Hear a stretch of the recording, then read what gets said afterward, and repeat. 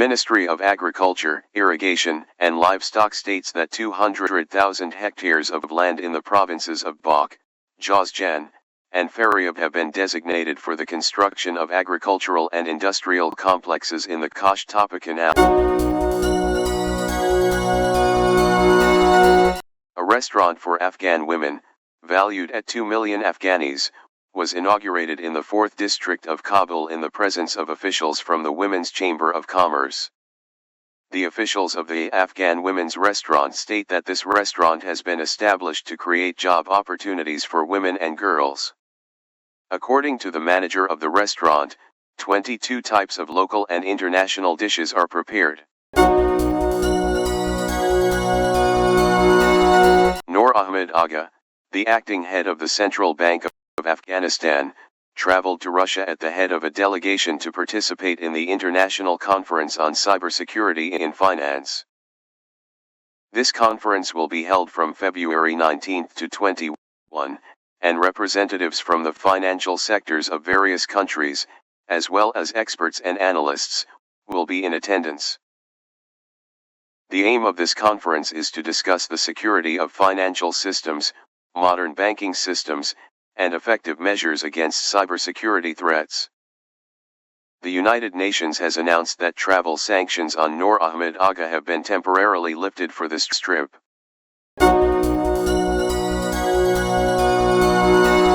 Shavkat Mirziyoyev and the Amir of the State of Kuwait HH. The friendly atmosphere between our leaders creates the strongest foundation for intensive political contacts, interagency exchanges, and steady growth of mutual trade and investments.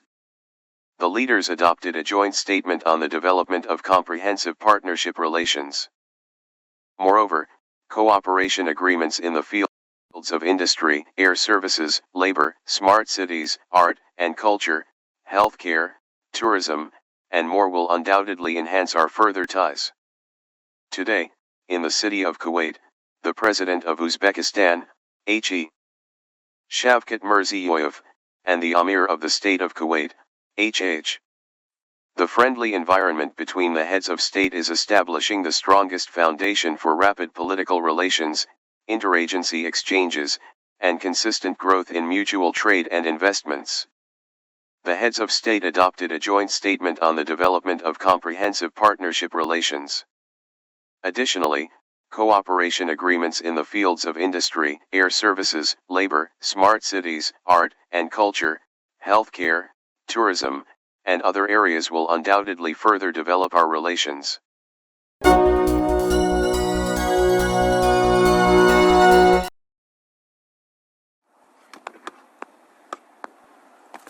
First and foremost, there was no loss of life. And this is in due part to our heroic and trained professionals, our first responders at the airport. So the facts of the matter around this event that happened at approximately 2:30 p.m. is Delta Airlines Flight 4819 from Minneapolis to Toronto, operated by subsidiary Endeavour Air, was involved in a single aircraft accident upon landing at Toronto Pearson. The plane was carrying 4 crew and 76 passengers, among them 22 Canadians. The other passengers were multinational. Airport emergency workers mounted a textbook response, reaching the site within minutes and quickly evacuating the passengers. 17 injured passengers were quickly taken to local area hospitals. At this time, we do not know of any of those passengers having critical injuries. We immediately halted further arrivals and departures on our remaining 3 runways. Those runways were reopened at approximately 5 p.m. The other runways are remaining to serve the investigation, which will be carrying forward for the rest of tonight and into the next several days. A Delta Airlines jet flipped on its roof while landing Monday at Toronto's Pearson Airport, but all 80 people on board survived and those hurt had relatively minor injuries, the airport's chief executive said. Snow was being blown by winds gusting to 40 miles per hour, 65 kilometers per hour, when the flight from Minneapolis carrying 76 passengers and 4 crew attempted to land on a dry runway at around 2:15 p.m. Authorities said the cause of the crash remained under investigation. Video posted to social media only showed the aftermath, with the Mitsubishi CRJ900LR overturned, the fuselage seemingly intact, and firefighters dousing what was left of the fire as passengers climbed out and walked across the tarmac. "We are very grateful there was no loss of life and relatively minor injuries," Deborah Flint, CEO of Greater Toronto Airports Authority, told reporters. Advertisement. Toronto Pearson Fire Chief Todd Aitken said 18 passengers were taken to the hospital. Earlier in the day, Orange Air Ambulance said it was transporting one pediatric patient to Toronto's Sick Kids Hospital and 2 injured adults to other hospitals in the city. 0 seconds of 59 seconds, volume 90%. A Delta Airlines plane flipped upon arrival at Toronto's Pearson Airport and ended up on its roof Monday. Tower controllers were heard speaking with the crew of a medical helicopter that had just left Pearson and was returning to help with the crash. The plane came to a rest at the intersection of runways 23 and 15L, the controller said. "That's not far from the start of the runway. Just so you're aware, there's people outside walking around the aircraft there," a tower controller said. "The aircraft is upside down and burning," the medical helicopter pilot responded. According to the Meteorological Service of Canada, the airport was experiencing blowing snow and winds of 32 miles per hour, 51 kilometers per hour, gusting to 40 miles per hour, 65 kilometers per hour. The temperature was about 16.5 degrees Fahrenheit, minus 8.6 degrees Celsius. "It's very rare to see something like this," said John Cox, CEO of aviation safety consulting firm Safety Operating Systems in St. Petersburg, Florida. "We've seen a couple of cases of takeoffs where airplanes have ended up inverted, but it's pretty rare." Advertisement. The audio recording from the tower at Toronto Pearson International Airport shows the flight was cleared to land at about 2:10 p.m. local time. The tower warned the pilots of a possible airflow bump in the glide path as the plane came in to land. Related coverage. "It sounds to me like a controller trying to be helpful, meaning the wind is going to give you a bumpy ride coming down, that you're going to be up and down through the glide path," Cox said. Cox, who flew for U.S. Air for 25 years and has worked on National Transportation Safety Board investigations, said the CRJ900 aircraft is a proven aircraft that's been in service for decades and does a good job of handling inclement weather.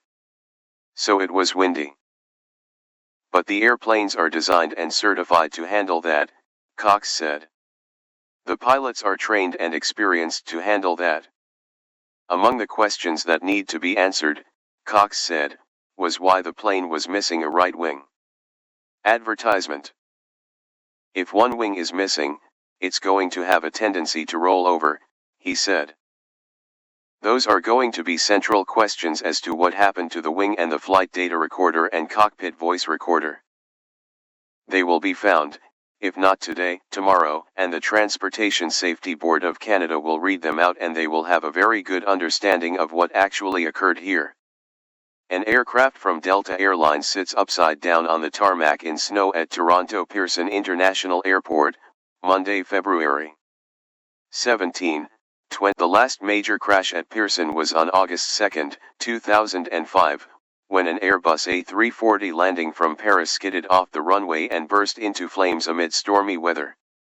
All 309 passengers and crew aboard Air France Flight 358 survived the crash. The U.S. Federal Aviation Administration said in a statement that the Transportation Safety Board of Canada would head up the investigation and provide any updates. The NTSB in the U.S. said it is leading a team to assist in the Canadian investigation. This is at least the fourth major aviation mishap in North America in the past month. A commercial jetliner and an Army helicopter collided near the nation's capital on January 29, killing 67 people. A medical transportation plane crashed in Philadelphia on January 31, killing the 6 people on board and another person on the ground, and 10 were killed in a plane crash in Alaska. A Delta Airlines plane heading from Minneapolis to Toronto crashed at Toronto's Pearson Airport, Monday, February 17, 2025. Advertisement. Ontario's Premier Doug Ford said on X he is relieved there are no casualties after the incident at Toronto Pearson. Toronto is the capital of Ontario. Provincial officials are in contact with the airport and local authorities and will provide any help that's needed, Ford said. Delta CEO Ed Bastian said in a statement that the hearts of the entire global Delta family are with those affected by today's incident at Toronto Pearson International Airport. Minnesota Gov. Tim Walz said he has been in touch with Delta about the crash. Advertisement. Endeavour Air, based in Minneapolis, is a subsidiary of Delta Airlines and the world's largest operator of CRJ-900 aircraft.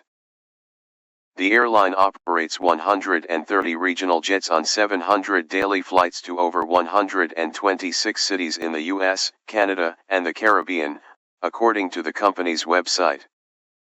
The CRJ-900, a popular regional jet, was developed by Canadian aerospace company Bombardier.